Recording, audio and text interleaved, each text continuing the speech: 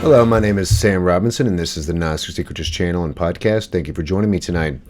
On our last two videos, we spoke mainly about what would be called the harmonic influence and the harmonic forces and the luciferic forces in the Rudolf Steiner cosmology and how they have impacted our society. In this video, I want to go over a very similar conception of what's occurring in our reality, as opposed to the harmonic version. There is the Archon version, and the Gnostic version. And they are very similar, in my opinion.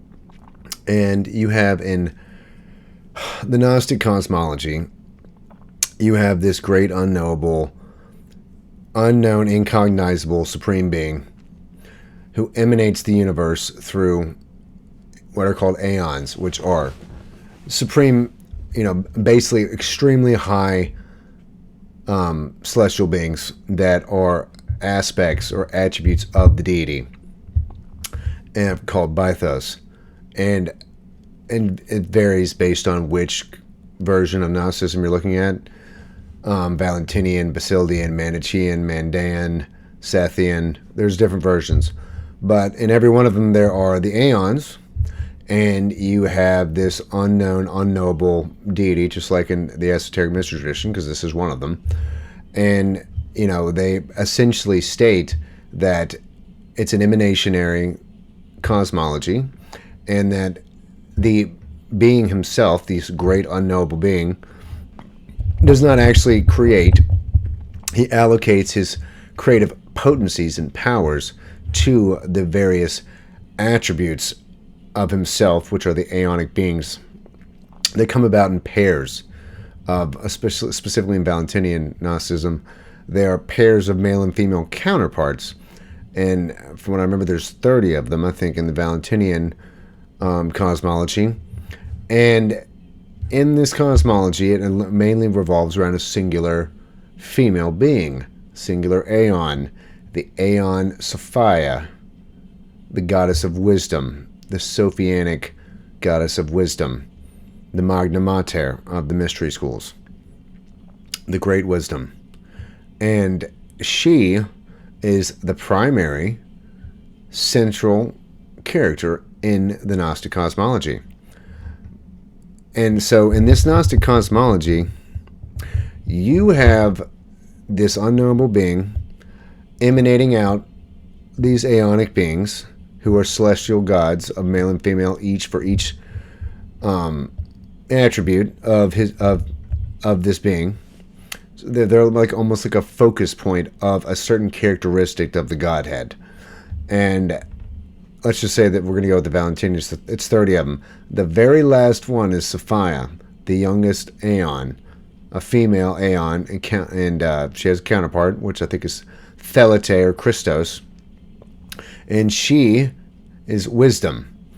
And in this cosmology, you have Sophia initially abiding in the realm of the Pleroma, which is the divine realm, the realm of the gods of the Aeons.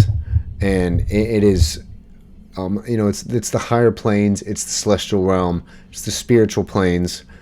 She exists as an absolute rarefied spiritual form of almost like prismatic astral etheric energy, as an sentient force of wisdom for expression in the universe.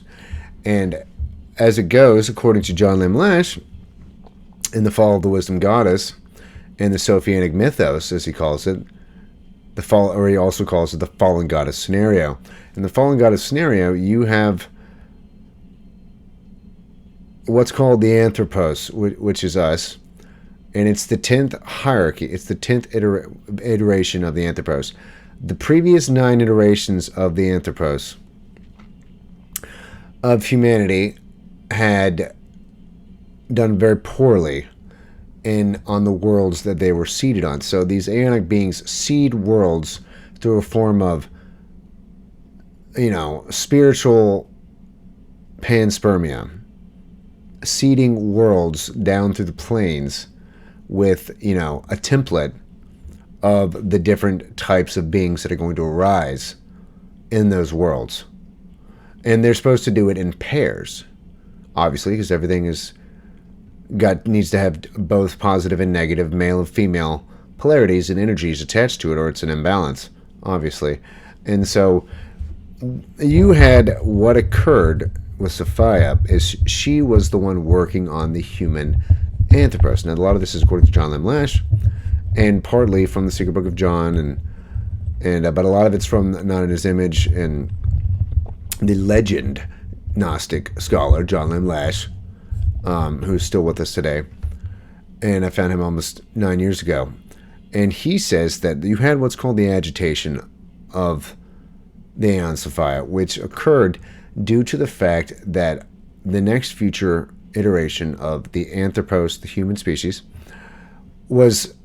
she was worried about it. She was in a state of anxiety, as much as a celestial can be, and about the next iteration that we might fail again.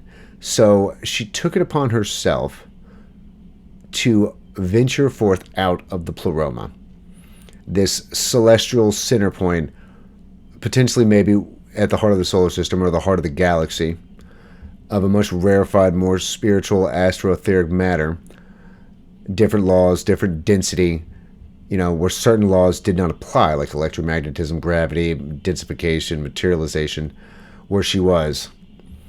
She, as the only Aeon to do so, becomes concerned about us and decides to do what no other Aeon had ever done before, and to venture out forth from the Pleroma, the Pleromic realm of the higher beings of reality, the higher celestials, the archetypal plane, and descend into the planes below. And this is where the story really gets interesting, because what occurs is absolutely apocalyptic and catastrophic for the human species in the future. In an absolute desire and passionate action to go and aid her future children that she had worked on, she'd helped create the template for with her counterpart. She jumps out, they call it the plunge of the Aeon Sophia. She plunges out of the Pleromic realms down into the lower realms of material forces, and she descends the planes. And supposedly, according to John Lam Lash's version, she goes to where we are going to arise. Well, this is catastrophic. She has unintentionally done something very drastic, unique, and never done before. And the consequences are astronomical. Her plunge out of matter descended into the realms of the material planes, where different laws are in effect. And there's various versions of this. In some versions, she attempts to create without her counterpart, to create a being by herself. And this being, this creation of hers, she created unilaterally, was the Demiurge Yaldabaoth, the false god, the false deity, Yahweh, Jehovah, Samael, the blind one, the betrayer of hope, the god of lies, Archon, potentially. They seem very similar in a lot of ways. He's male only. He is lion-headed with the body of a serpent. He's often depicted that way. And he's absolutely patriarchal in the extreme. And so, in multiple versions from multiple Gnostic schools, she is seen to unknowingly attempt to do it, unknowingly of the consequences, attempt to create a being down there without her counterpart, the Christos Delete. And by doing it in such an unequalized and unipolar fashion, she generates an abomination and an aborted child of matter called the Demiurge Yaldabaoth, Lord of the Archons, and Bane of humanity, future humanity. And in John Lim Lash's version, which I really like his Fall of the Goddess scenario, he says it is not her intention at all. She doesn't try to create. She is a giant, luminous being of like almost like astral electricity, astral etheric electricity, a living sentient force and power that impacts the area where she impacts the material planes like a plunge that hits the bottom. She impacts those areas of chaotic matter that are still in formation with her presence, her divine astral fire of a presence. And that impact results, excuse me, in the ejection out of herself, an aggregation of part of her rejected spiritual fire from her own divine essence is like almost like ejected out. A part of a parcel, a shard is ejected out, and chaotic matter aggregates around this ejected thing and forms into the Demiurge Yaldabaoth, the dragon-headed serpent and bane of humanity, the Lord of the Archons. That's how John Lim Lash explains it. And she, at that moment, after that, of course, he rises up thinking that he is the only single God in existence. There is no other God but me. There were no other gods before me. I am the God of the universe, because that's all he can see. Because apparently she put a veil over his vision so that he couldn't tell that there were gods higher than he was. He couldn't see above his plane. And she veils herself from him and puts herself in a plane above him. And, well, it's complicated. At the same time, well, she didn't put herself, she just veils herself from him. But this is at the same time that she starts coalescing into a sphere. She becomes materialized. The Aeon of wisdom starts to become aggregated in the forces of the chaotic material realm of densification and gravitation, and she starts forming into a planet. And this, of course, probably happens slowly, but she is trapped in these forces unexpectedly after the creation of Yaldabaoth, and she starts forming into a planet. And this planet becomes Earth, Bhumi, Gaia. And in John Lim Lash's version, she's referred to as Gaia Sophia, the Earth, the wisdom goddess, the Earth, a divine being turned into a planet. And you won't find that directly in the records of the Gnostics, but he spent a decade gleaning information from them and trying to read the Coptic personally himself for a decade, and studying the Nag Hammadi codices for years. And, I mean, he has a pretty profound story to tell that is very uplifting and very beautiful.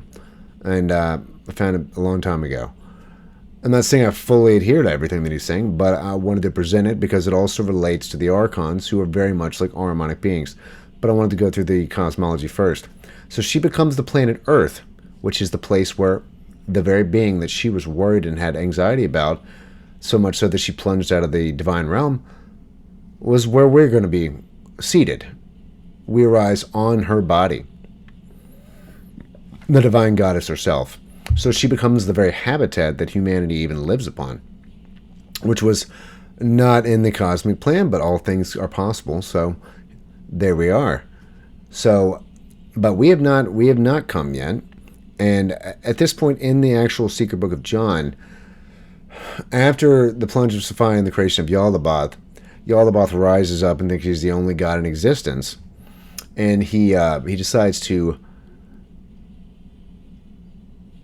I don't know, he becomes intensely emotional, and like multiple parts of himself gravitate off, and then they all merge together to become like the Dark Lord of the Archons. And then he does some sort of, he replicates himself. He makes mimics, which, so he makes copies of his own being, which are then called the Archons. And originally he makes just 7. and they're the 7 Lord Archons, and they have names, and I'm not going to go into their names, but then like he basically creates this legion or horde of self-replications of his own energy template, of his own astral and etheric blueprint, but that then basically form into smaller versions of themselves, almost like Cell does in DBZ when he creates clones of himself. And in the season 7, no, season 6. I'm just an analogy. He replicates himself, and these become what are called the Archons, and they're like astral etheric beings that have certain abilities, but not the same as he does. In some sense, he is actually a focal point of archontic energy, like a hive-minded coalescence of the totality of Archons. In another instance, he's the Lord Archon and fully separate and Chief Archon, Yaldabaoth, lording his fire, they say in the Secret Book of John, they call it the fire. He lords his fire over the rest of them, whatever that, his power. And at this point in the story, there is some sort of like divine reverberation. An image is like broadcast out from the celestial realms of the Anthropos, the original Adam Kadmon, the primal archetypal man, that is far higher than Yaldabaoth and spiritually endowed, because he's not of the spiritual realms.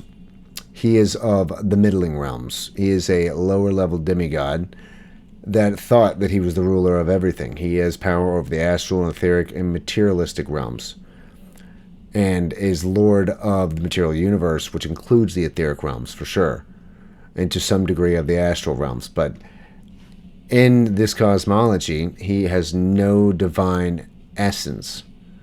He has no divine spiritual spark from the higher creator, because he was made in a unipolar fashion by a singular goddess, and is not fully endowed. The original blueprint was created in the spiritual realms for the Anthropos, for our species, and so that archetype is broadcast as a template and almost like a vision into his area of the universe, and he sees this vision. He sees this Adam Kadmon, this Adamic archetypal man, perfect being. But it's really just an image. It is a projection, it's a reflection of it. And he and his hordes of Archons decide that, you know what? They want to make this being. They don't like this being. They're gonna make their own version of it, and they're gonna use it for their own devices. And then this becomes the creation of Adam, the creation of the human being. And there's multiple versions of this story, but one of them, there's 365 Archons, and they each basically create one part of our being, and they literally even list off all the different parts. And I'm not going to bore you with those details. You can go look that up for yourself in the Secret Book of John. But they do that, and they create the full body, the full vehicle, the vehicle. Remember, this is just a vehicle. And then Yaldabaoth seeks to make it rise, is how they put it in the book. He cannot make the body rise. He cannot ensoul this being, because he doesn't have that spark. He doesn't have that creative capacity. He doesn't have the divine creative capacity for insolation, for ensouling anything. But he didn't know that. He can't do it. Now, unbeknownst to him at that moment, there is a spark of Sophianic divinity within him that he's unaware of. This is why he's called Samael, the blind one. And this is where the story gets, really Gnostically weird and doesn't really explain it very well, but I'll just give the rendition.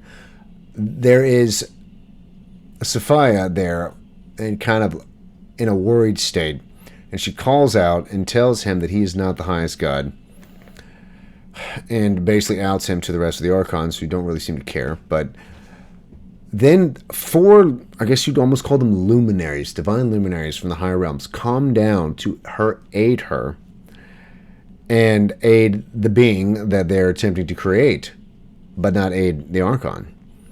And I forget exactly how they describe them, but they're just basically divine luminaries, divine masters. And they come down and they talk to Yaldabaoth and they trick him into infusing that divine spark that he had had from his mother into the being that they had only been able to create the vehicle for. And that spark of the divine leaves him and goes into that being. And that becomes Adam. That becomes mankind. Not the archetype of it, but the actual mankind. And it rises up, and it states specifically that it rises up to be more powerful, more enlightened, with more potential than all the Archons and the Lord Archon, Yaldabaoth, put together. The divine child rises.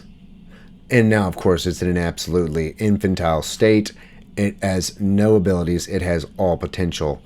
And in this state, seeing its future potential, the Archons are in fear and anxiety and in a paranoid state and an envious state, deep envy.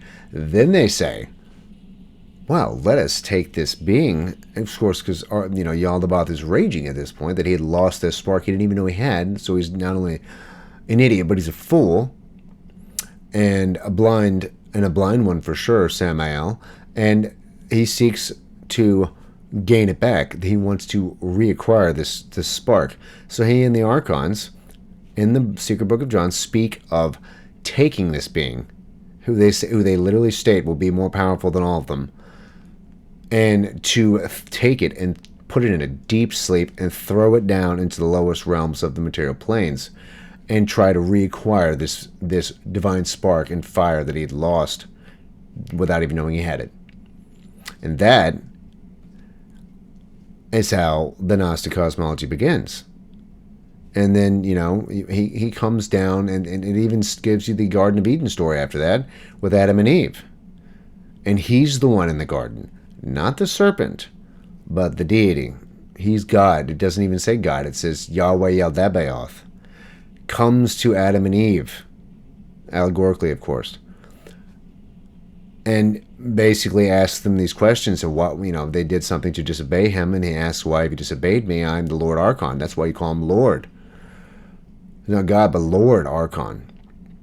And the serpent in this version is actually the giver of knowledge, the giver of information, the giver of spiritual understanding of good and evil and of the tree of the fruit of knowledge and enlightenment. And this enrages Yaldabaoth. And he throws them out of the garden. He kicks them out. But the serpent is Gnosis. It represents metaphorically the Gnosis. And a version of the Sophianic wisdom as the serpent. As the serpent is the wisdom symbol of the traditions of the esoteric mystery schools.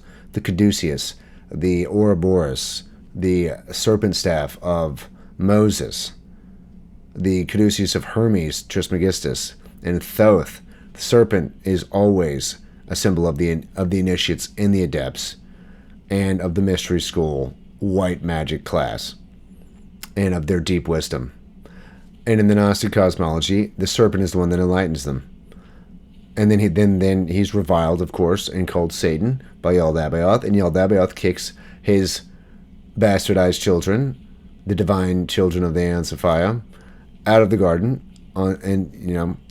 and that's how they render that version of the story. And then later on he comes down to Abraham and becomes Jehovah. He presents himself in the guise of a fire.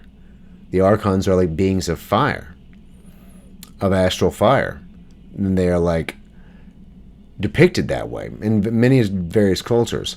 And they're always deceivers and liars, and they're the Archons of deception, the ones that make you believe in authority and their authority, and they try to lord it over humanity, and they lorded it over people through the religions. According to the Gnostics, and at this point I'm not sure which way I go on this, but Yaldabaoth, the false deity, the Demiurge, is the god Yahweh Jehovah. But in another sense, he's not that god, according to Steiner, and he's actually Ahriman. It's the Ahrimanic force. It's the Ahrimanic influence. It's the Ahrimanic being. Because that is a deceiver, a liar, and someone who gives falsehoods someone who sows discord, and specifically, and this is where the archontic stuff comes in, sowers of inversion. According to John Lamb Lash, they have no original anoia. They have no original intentionality. They cannot create anything new. They don't have that divine spark for creativity, divine creativity. So they can't come up with something new. So what can they do? Well, he says they can mimic things very well. They can replicate things. They can make a synthetic version of the same thing. They can invert things. They're masters of inversion. Well, back to the Ahrimanic force. The masters of inversion, the archontic force, is the same as the Ahrimanic force. It is creating a synthetic reality, a synthetic inversion of everything that used to be considered sacred and held dear in American culture. The archontic force, the archontic influence, the archons are everywhere. And in this, they are energy parasites. They feed on the negative emotions, the negative actions, and the lower nature of mankind's energies. Never on the positive, never on happiness, not love, not virtue, not chastity, on sensual lust, on sensual pleasures, on vice, on dishonesty, on fear, on anxiety, paranoia, greed. They mainly feed on fear. So, and the way they create a society in which to create this energy for them to consume for fear, they call it loosh, and they feed on it. They are like astral etheric energy parasites that influence us once again through technologies. But what they've done is they have created all these inversions and synthetic realities, and so they're very much akin to Ahriman and Lucifer influences. This is the archontic influence, and I think they're basically the same thing. But this is another version of that story, in another cosmology, in another paradigm from which to look at it. The archontic influences are everywhere. Everything's inverted. The human family has become inverted into a social paradigm which is mainly about divorce, mainly about, there's so many articles about non-monogamy, how the family doesn't have to just be male and female, the normal binary. It doesn't have to be about morality. It's about what you want, not what your children want. We've gotten to the point where war is peace, truth is lies, health is disease, money is debt, and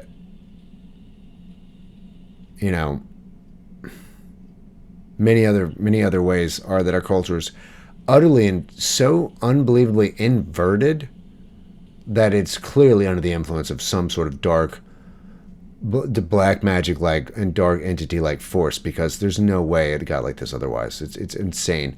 Everything's inverted. We have inverted ways of communication. Instead of really communicating, we use a digital medium and a smart level technology to interact, as opposed to actually go connect in person. There's no actual exchange of energy anymore.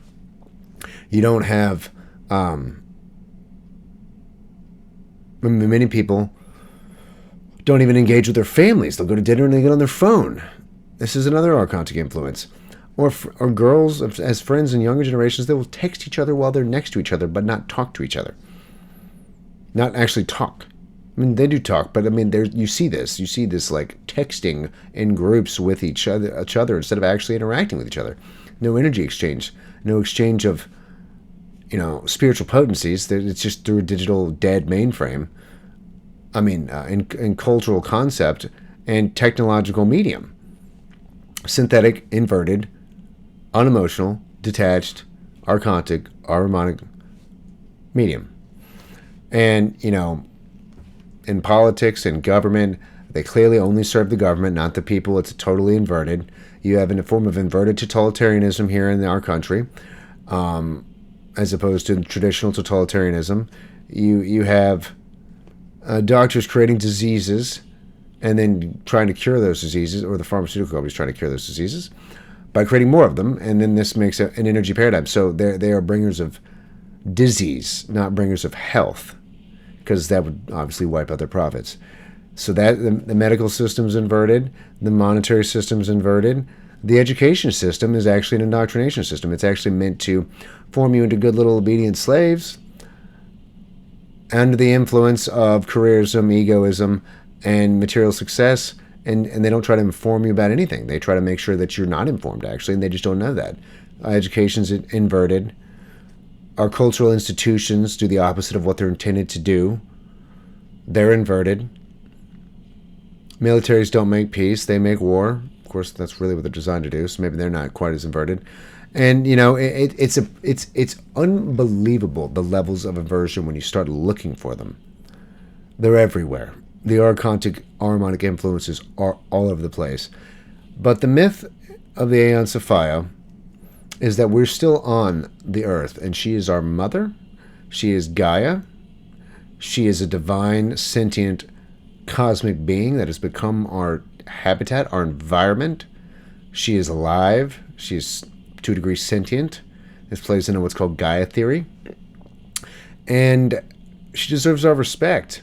One way you can easily see this influence from whether it's Lucifer, Ahriman, or Archons is the fact that we treat her in an inverted, amoral fashion.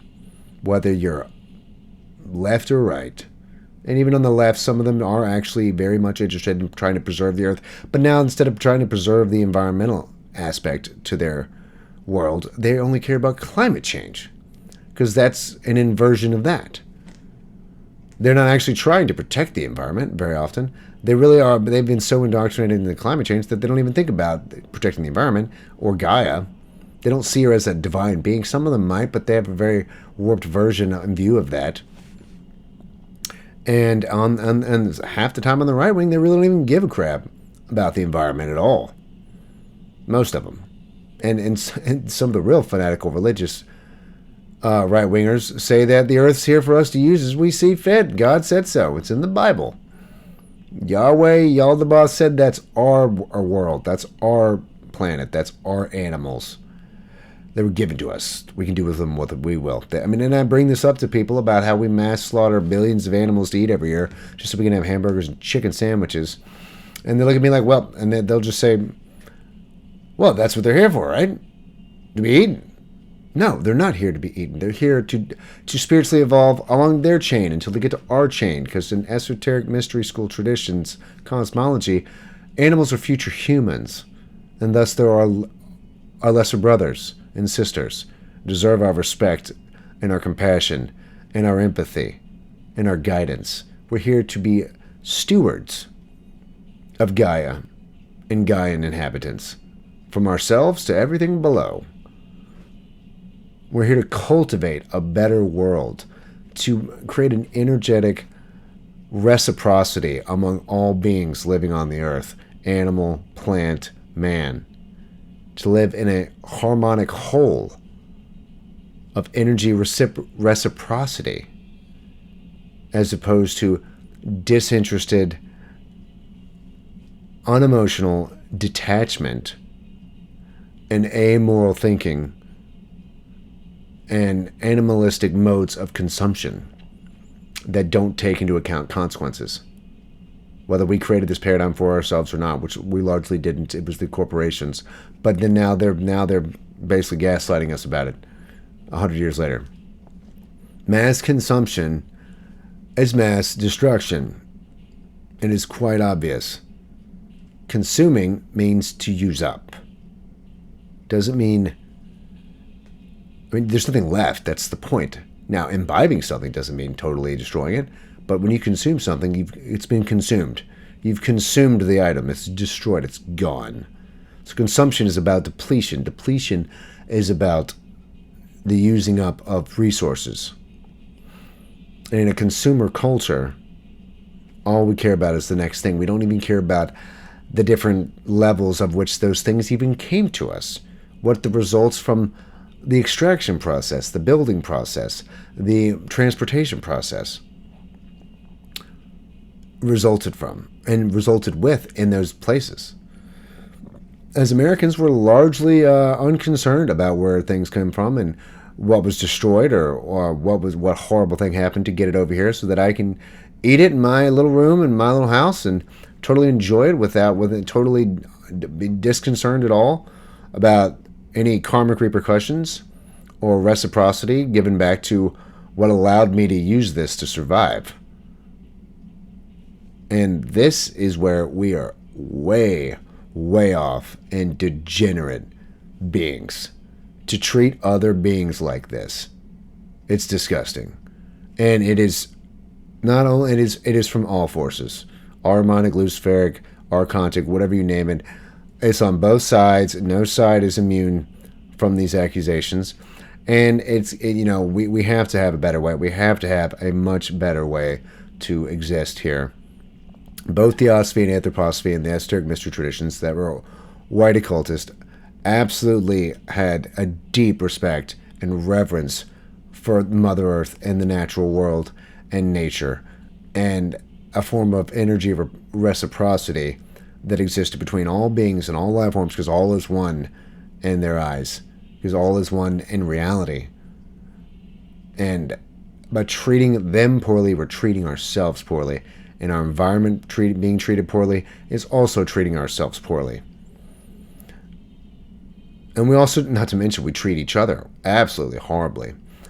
And I mean, it's unbelievable the level of dissension and war and disconcern. There's not only disconcern and apathy and unemotional reaction to what occurs to the animal kingdom.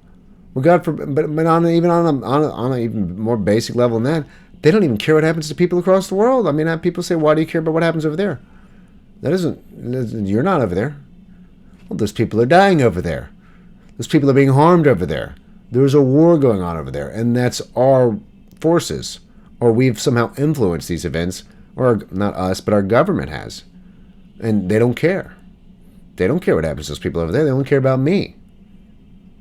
This egoic, self-centered obsession and disinterest and unconcern with not only what's happening to the animal kingdom on a mass scale and this absolutely mass industrialized, mass consumer society, but they don't even care what happens to other humans in other places of the world that are just too far away to be worried about, I guess, And it's a sad state of affairs, and it absolutely plays into these harmonic, Luciferic, and Archontic forces, because we are creating a paradigm ripe for energy harvesting and soul hardening and ego concentrating, which are the three things that they like. They want fear, despair, grief, anger to eat as energy, as loosh. They want the hardening of the soul, an amoral disposition, a crystallization of your feeling and your compassion to anything else, the harmonizing of your heart, the hardening of the heart, the soul. And then at the same time, on the Luciferic side, they want you to become absolutely ego entranced, possessed, and just enchanted in your own image, like Narcissus in the Greek mythology, to where you're always looking in the mirror at yourself. You're always, and you don't even do it the same way you did it before. You used to look at yourself to make sure you look good. Now you're only caring about the harmonic side of the egoic side. The ego is driven to then post things about themselves, and they'll get pictures of themselves doing things just to then get the data points and statistics from the harmonic online medium. And it's absolutely wild to watch these things occur. And so this is going to be the last video at the moment that I'm going to be doing on this influence. But on the solstice, the longest day of the year with the most light, I wanted to shine a light on these forces that are invisible, super sensible, and super physical, that are affecting us and influencing us to be, amoral, degenerate beings as a societal framework and in its societies as a whole. and how we can do far better than this. And we need to really do far better than this, because things are only going to continue to get worse if we don't wake up and re-spiritualize ourselves and our spiritual bodies to have much more empathy and compassion, less ego, more selflessness, more altruism, and thus we're leading with those consequences will lead to greater happiness, more positive emotions, and less energy harvesting for these beings to even engage in, because there'll be better things going on once we disengage from our trance technology of Armon, disengage from our self-obsessed ego of Lucifer, which actually in the end brings about all those negative emotions because they're not very fulfilling, that then the Archons feed on as energy parasites. It's a trinity. It's like a triangle of absolute spiritual destruction and, God, astro-etheric degenerating. We're deteriorating. We're being used up. We're being consumed by this trinity of ego, technological simulacrums and synthetic realities, and then the absolute emotional turmoil that it generates at the same time afterwards, and the lack of fulfillment we see in our societies. It is an absolute Tremurtian dark god. And they don't have to win. They're not going to win. As far as I'm concerned, they are not going to win. Humanity can do better than this. We will do better than this. My name is Sam Robinson. Thank you for watching. And in our next podcast, we will be talking about, let's see, what should we talk about next time? On the next podcast, we're going to talk about what's called the Akashic Records, or the Akashic Chronicle, and the absolute shills and misinformation agents like Billy Carson out there and other New Age supposed gurus who are falsely and misleading, or falsely explaining these concepts and misleading people, mainly for profit. They're just grifters. But there's others that are doing it on purpose to make sure you don't understand the esoteric, the occult traditions version of what's called the Akashic Records on the astral planes, and what this really signifies and means, and who's actually able to access it, and who's not. And so there's lots of people claiming to access it, and I highly doubt that they are, because they're not.